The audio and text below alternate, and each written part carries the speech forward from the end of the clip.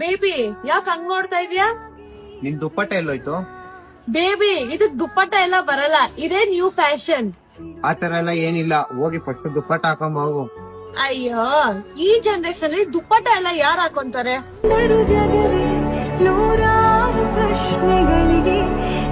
ನೋಡು ಇವಾಗ ಓಕೆನಾ?